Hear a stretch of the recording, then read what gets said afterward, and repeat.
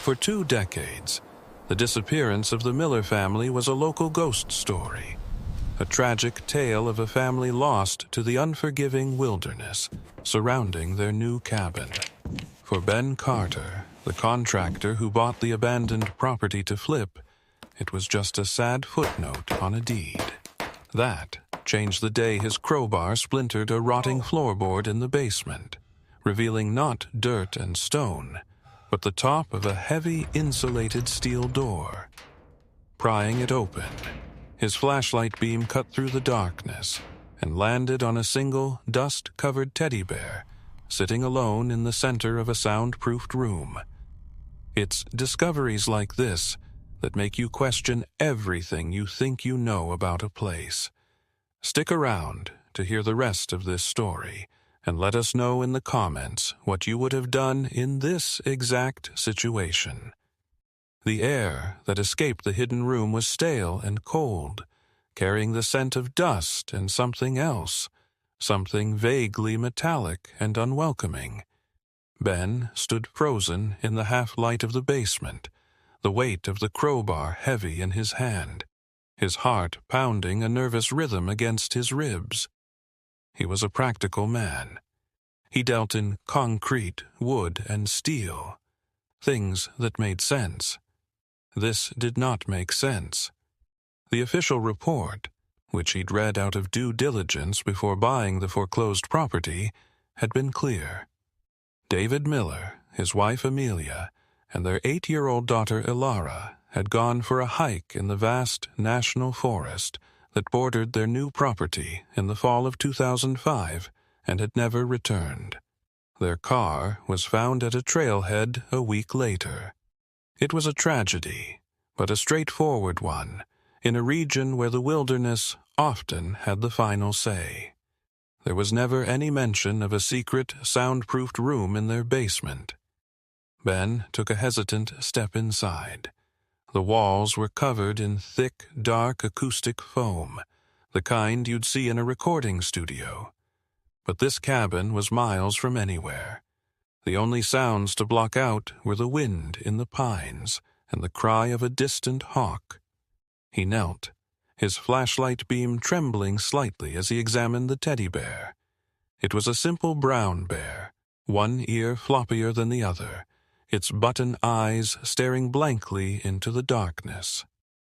It was the kind of toy a little girl would love, the kind she would never leave behind.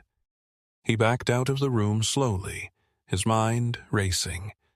This wasn't a wine cellar or a workshop. This was a place built for a purpose, and the presence of that bear filled it with a profound and unsettling sadness. His plan to flip the cabin for a quick profit suddenly felt trivial, almost disrespectful. He pulled out his phone, his thumb hovering over the numbers 911 before he decided against it. What would he say?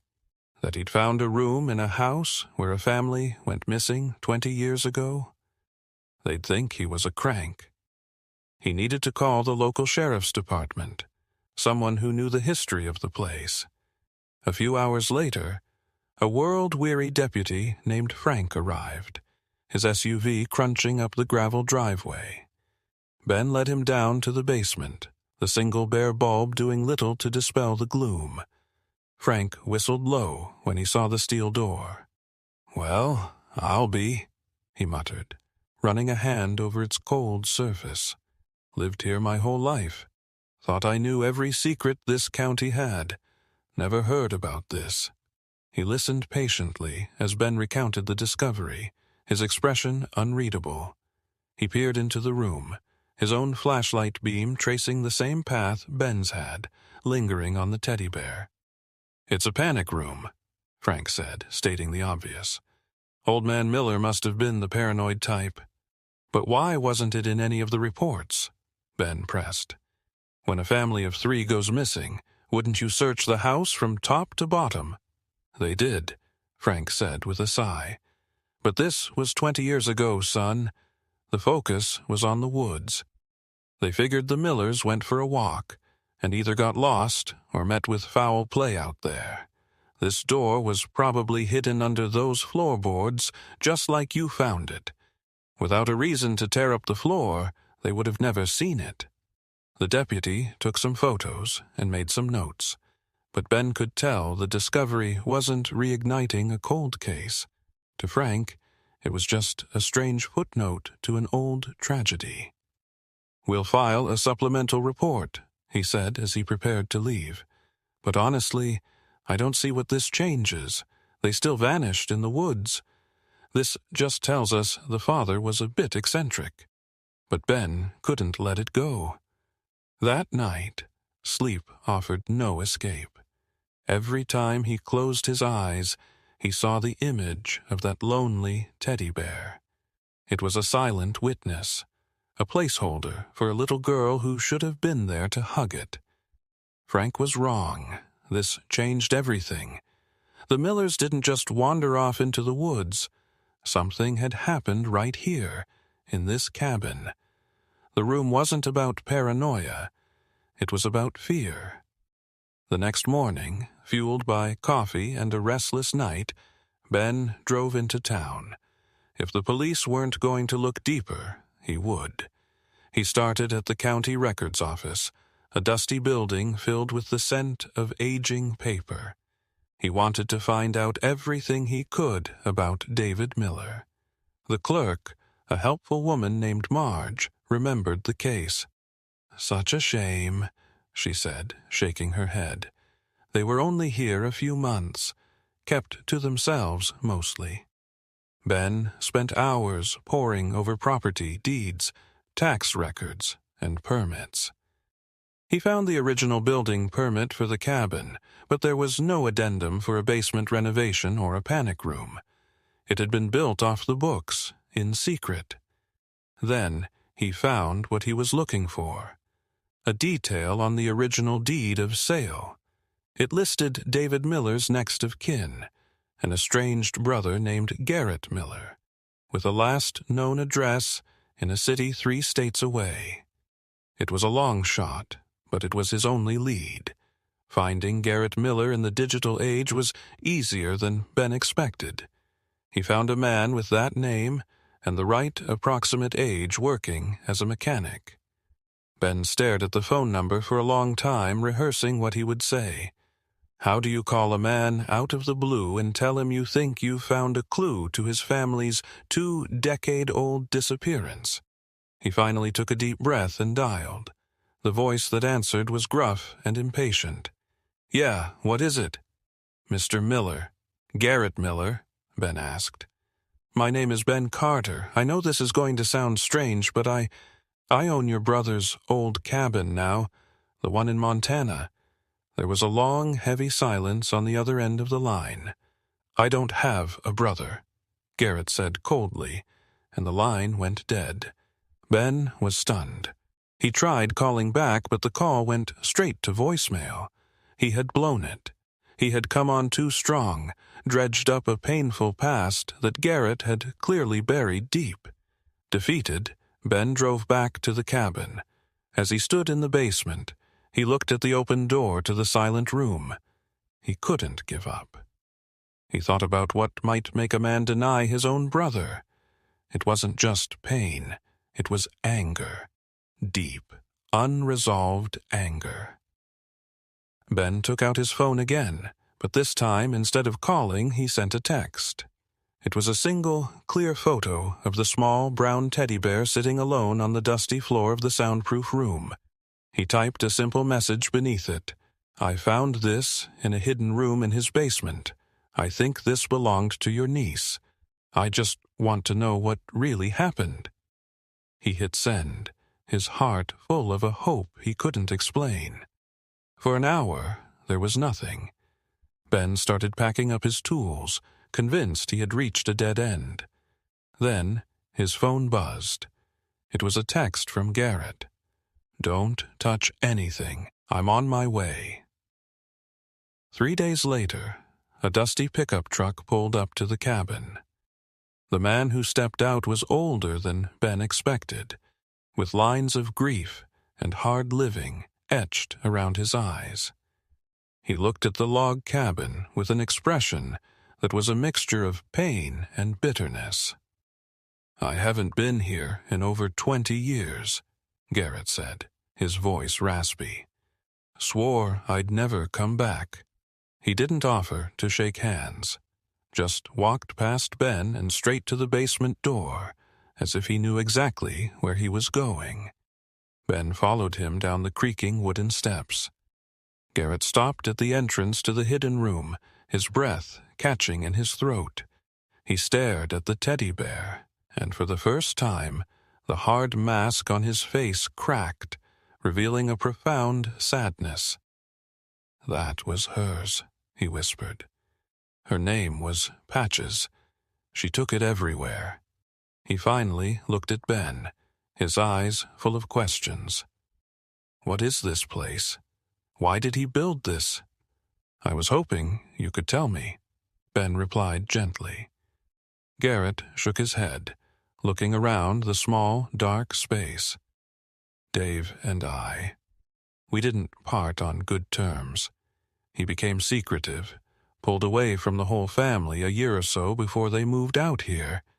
He changed his number, his address, said he was in some kind of trouble with his job and needed to lay low. I thought he was being dramatic. I told him he was being selfish, cutting his family off. That was the last time we ever spoke." He paused, his gaze distant. "I spent 20 years thinking he was a coward who got his family killed because he was hiding from something stupid. But this," he gestured to the soundproofed walls and the thick steel door, "this is not what a coward builds." Garrett then told Ben the story he had pieced together from their last angry phone call. David wasn't just an accountant for a shipping company. He had discovered his bosses were using the business as a front for a major crime syndicate. He had gone to the FBI and agreed to testify. He was put into witness protection, Garrett said, the realization dawning on his own face as he spoke the words. They gave him a new name, a new life. This cabin, this was supposed to be their safe house. He didn't cut us off to be selfish. He cut us off to protect us. The official story of a hiking accident suddenly dissolved, replaced by a far more terrifying reality. The Millers hadn't gotten lost in the woods. They had been found. The silence in the basement was heavy with the weight of this new truth. The room was no longer just a strange discovery. It was a crime scene. It was a place of last resort, a fortress that had been breached. Together, Ben and Garrett stepped into the room. It was completely empty, except for the teddy bear. They ran their hands along the soundproofed walls, searching for anything, a loose panel, a hidden message, but found nothing. The police need to see this, Ben said. Now that we know who he was, they'll have to reopen the case. They'll come, they'll look, and they'll find nothing, just like last time, Garrett said bitterly. The people who did this are professionals. They wouldn't have left a trace. He walked over and carefully picked up the teddy bear, cradling it in his work-worn hands. He held it as if it were the most precious thing in the world. As he turned it over and over, he suddenly paused. "Wait a minute," he said, his brow furrowed in concentration. "Something's not right." He held the bear up to his ear and shook it gently. There was no rattle, but he seemed to feel something shift inside.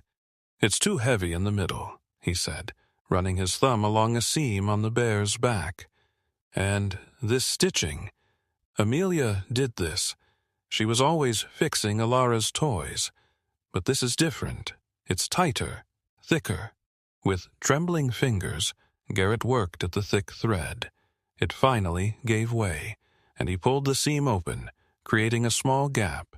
He reached inside the cotton stuffing, and his fingers closed around something small, hard, and cold. He pulled it out and held it in the palm of his hand. It was a silver cufflink, tarnished with age.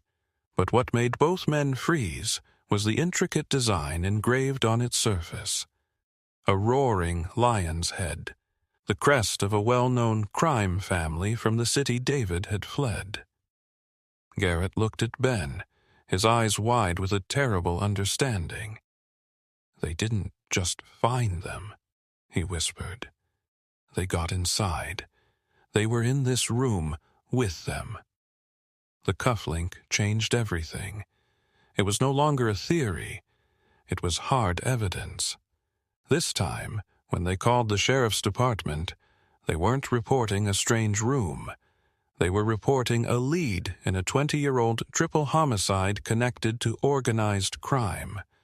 The FBI was contacted immediately. The cabin was swarmed by forensic teams who meticulously took the room apart. They found microscopic traces of evidence that had been missed 2 decades earlier, evidence that corroborated Garrett's story. The final, heartbreaking truth was pieced together from the enforcer who had lost the cufflink, now an old man serving time for other crimes, who decided to confess in exchange for a deal. The crime family had a source inside the Witness Protection Program. They had found the Millers' location and had come for them on a quiet autumn night. They had forced David, Amelia, and Alara into the panic room. It wasn't a place of safety. It had become a trap. In the struggle, the cufflink had been torn from the killer's shirt and had fallen unnoticed. In a final, desperate act of a mother trying to leave a clue, Amelia had stuffed it inside her daughter's teddy bear and stitched it shut moments before the end.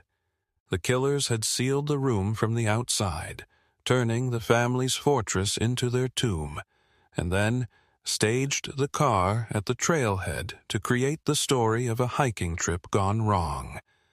Justice, when it finally came, was bittersweet. The men responsible were old or already in prison, but their conspiracy was brought to light, and the Miller family's names were cleared of any uncertainty. The bodies were recovered from their resting place and given a proper burial. Garrett was finally able to grieve for the brother he had misunderstood for so long. He now knew David's final act was not one of cowardice, but of a desperate father trying to protect his family. As for Ben, he couldn't bring himself to flip the cabin. The ghosts of the Miller family were too deeply embedded in its logs and stone. He finished the renovations not for profit, but for peace. He restored the home, planted a garden, and in a quiet ceremony with Garrett, he burned the acoustic foam from the panic room, letting the dark secrets drift away as smoke into the vast Montana sky.